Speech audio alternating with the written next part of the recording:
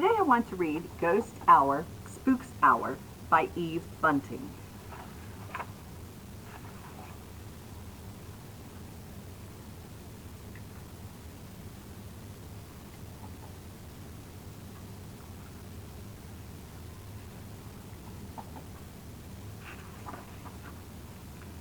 When I woke up, it was really dark.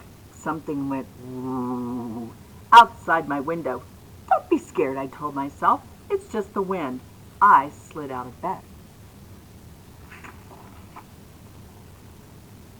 As icy wetness touched my toes and I leaped back.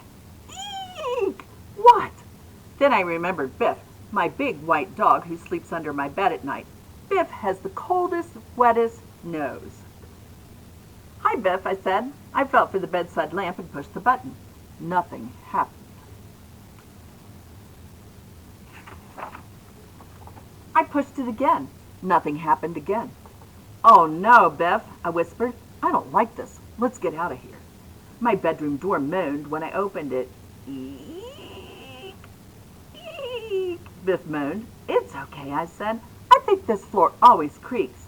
I think it sounds louder at night. It's good to have Biff to talk to.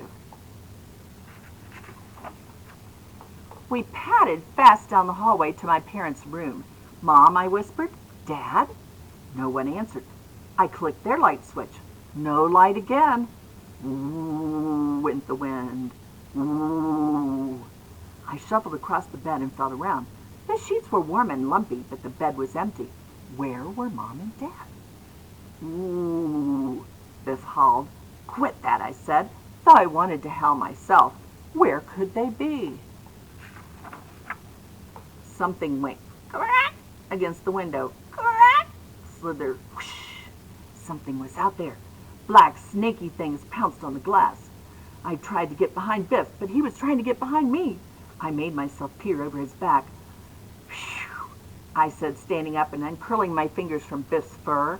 It's only our black, snaky tree branches, silly Biff. You don't have to be this scared. Let's go find Mom and Dad. We stood at the top of the stairs with the dark pushing against us. Mom? Dad? My voice disappeared into the dark cave below. The dining room clock went boom, boom, boom, boom, boom, boom, boom, boom, boom, boom, boom, boom. 12 o'clock, midnight, I said, and I thought, ghost hour, spook's hour, but I didn't tell Biff. He threw himself across my feet, warm and trembly. In a way, I wanted to stay there too, or run back to the bed and pull the blankets over my head. But here was too scary, and back there would be scarier still. Come on, Biff, he said. He wouldn't come. I gathered him up, but he made himself heavy, and he was hard to hold because of the shaking. Parts of him kept slipping as I carried him downstairs. Tick, tick, tick, tick, tick, tick, went the big clock. Clatter, rattle, shuffle, shift, went the dead leaves against the house. Through the long dining room windows, I saw a spooky moon with clouds piled high against it. Our table seemed monstrously big. Chairs, humpbacked, clawed, and crouched around it. Ooh, moaned Biff. My heart gave a great jiggle. A horrible whiteness seemed to be moving toward me out of the dark, a shapeless, blob-like creature. Ghost hour, spook's hour, help! I yelled, dropping Biff in a big heap and leaping backwards against the table. Apples and oranges from the fruit bowl thudded past me to plop on the rug. Help! The blob-like whiteness yelled, dropping the front part of itself and leaping back too. What? Biff was squirming to get below the table. What? The front part of the blob squirmed for the table too. Come back, Biff, I shouted, and then I remembered the big mirror over the sideboard, and I knew that the horrible whiteness had been me, carrying Biff, and that light bob was Biff. That's all. So why was I standing there howling too? Howling just as loud as silly Biff. The dining room door burst open and a voice said, Jake, is that you? Dad, I ran and jumped up on him. Biff ran and jumped, too. "Hey," Dad said, laughing. His arms closed around us. "I'm overflowing," he gasped.